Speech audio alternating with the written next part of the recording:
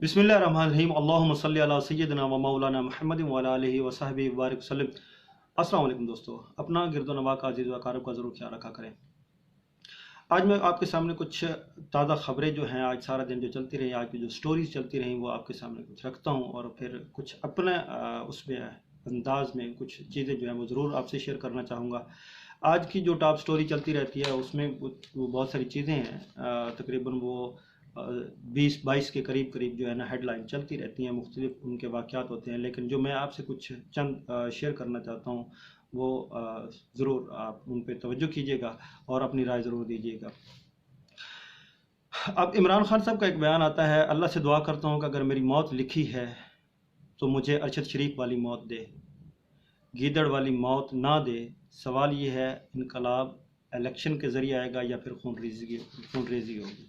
अब इमरान खान ने ये जो बयान दिया है, ये यकीन माने कि एक दलेराना और एक उनकी सोच की अक्कासी करते हैं, उनकी शख्सियत की अक्कासी करते हैं। उन्होंने कहा है, अब अरशद शरीफ साहब ने जो है ना वो अपने मौक़िफ़ से पीछे नहीं हटे और वो चलते रहे। अगर उनके ऊपर ज़मीन तंग की गई तो वो अपना रास्ता बदलते गए, चलते गए और यहाँ तक कि उनको दबोच लिया गया। अल्लाह ताला उनको करोड़ करोड़ जन्नत नसीब करे और उनकी शहादत जो है उसको आला दर्जे में रखे। अल्लाह ताला ने अरशद शरीफ साहब की जो ज़िंदगी थी वो भी नाकाबिल फरामोश रखी और आपकी जो मौत है वो इस कौम के लिए ज़रूर खैर होगी। और आपने जो खून दिया है वो खून जो है वो रायगा नहीं जाएगा। ये कौम हमेशा अरशद शरीफ साहब को सुनहरे हरूफ में याद करती रहती है और रहेगी।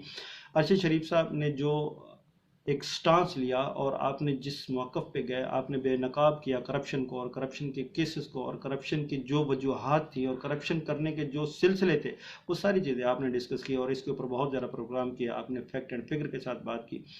अरशद शरीफ साहब एक इन्वेस्टिगेटर जर्नलिस्ट थे और आपकी जितने भी प्रोग्राम आप उठा लें आपको एक नई चीज़ मिलेगी और आपको बहुत सारी उसमें मालूमात मिलेंगी, ऐसी तहकीकाती मालूमात इन्वेस्टिगेट की हुई, जिससे आप जो है अपनी मालूमात में इजाफा कर सकते हैं और आप ये हक बजानिब हो सकते हैं कि जो अरशद शरीफ साहब ने हमें चीज़ें दी थी क्या वो ठीक थी। और उनके तनाज़र में अगर आप कंपैरिजन कर रहे हैं, चाहे अगर इसको कसौटी पे रखें तो आपको ये क्लियर हो जाएगा कि मैं किस करवट जाऊं और क्या हक है और क्या हकाइक हैं, ये आपके सामने खुल कर आ जाएंगे। आज इमरान खान साहब ने अरशद शरीफ साहब की बात करते हुए कहा कि अल्लाह अगर मुझे मौत दे तो फिर मुझे अरशद शरीफ साहब वाली मौत दे।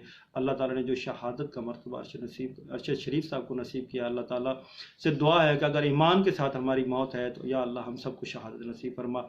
लेकिन ये बात सिर्फ और सिर्फ यहाँ पे बैठ के नहीं होगी, ये सारी चीज़ें वो नहीं होगी। आप देखें तो आपने हक के लिए जब निकलना होता है, हक की बात करनी होती है। इमरान खान एक बात करता होता है, मैं इमरान खान का ज़्यादा हामी नहीं हूँ, लेकिन इमरान खान वाहिद वो लीडर है पाकिस्तान में, इस स्ट्रगल में, इस सियासत में, जिसने खुल्लम खुल्ला कहा है अगर किसी के पास कोई एविडेंस है तो वो कहता है मेरी बैरून मुल्क कोई किसी किस्म की कोई जायदाद नहीं है, मेरा वहाँ पे कोई इंटरेस्ट नहीं है, मेरा जीना मरना पाकिस्तान में और मैं पाकिस्तान के लिए सब कुछ कर रहा हूँ।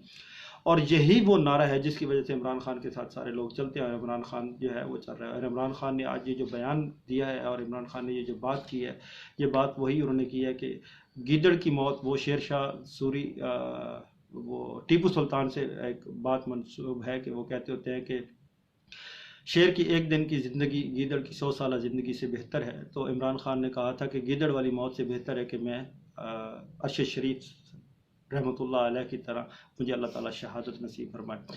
तो अल्लाह ताला की उन पर रहमत ही थी जिस वजह से उनको मैं रहमतुल्लाह अलैह कह रहा हूँ कि जब कोई बंदा हक सच पे हो और फिर वो पीछे ना हटे, अपनी मंजिल की तरफ गामजन हो, तो जब उनको शहीद कर दिया जाए तो वो अल्लाह की रहमत में ही होते हैं और अल्लाह ताला हमेशा उनको अपनी रहमत में रखे।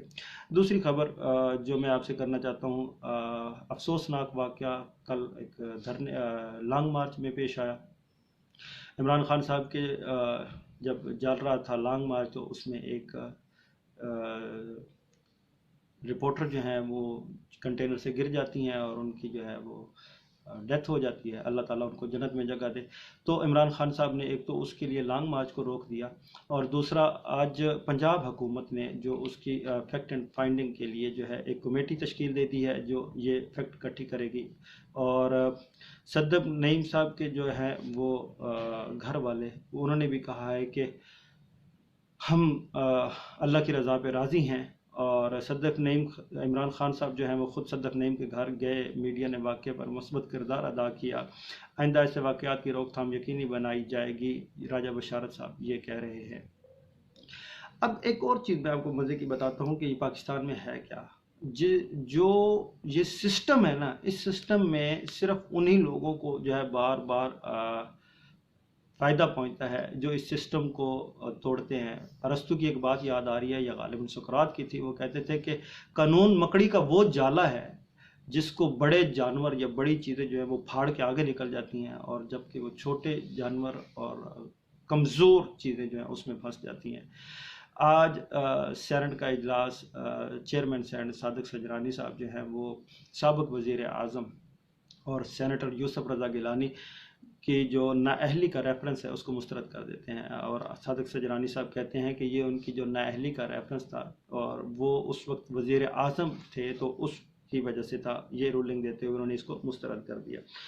تو توشخانہ ریفرنس میں چیئرمین پاکستان تحریک انصاف کی نااہلی کا فیصلہ معطل نہ ہو سکا۔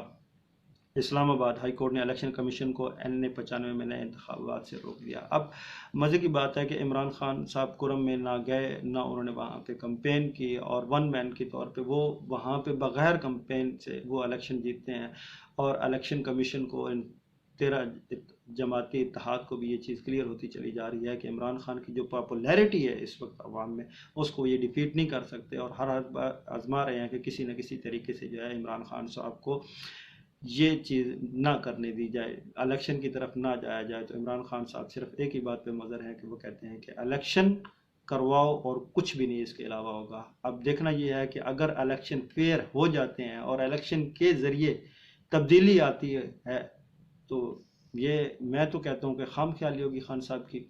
جیسے وہ پہلے تبدیلی کے نام پہ آئے، وہ الیکشن بھی جیتے اور گئے تو کوئی خاص تبدیلی نہ لا سکے۔ ہاں، یہ ایک چیز انہوں نے ضرور ان کو یاد آئی ہوگی، اور ثناء اللہ خان صاحب نے ان کو ضرور یاد دلائی ہوگی کہ پاور میں بیٹھ کے، مرکز میں بیٹھ کے کس طرح کر کے جو ہے وہ کام کیا جا سکتا ہے۔ شاید روایتی سیاست سے نہ عمران خان صاحب بلد تھے، نہ ان کی جو ٹیم تھی وہ بلد تھی، لیکن یہ جو 13 اتحادی حکومت ہے انہوں نے پچھلے 4 مہینے میں عمران خان صاحب کو بہت ساری چیزیں سکھائی ہوں گی۔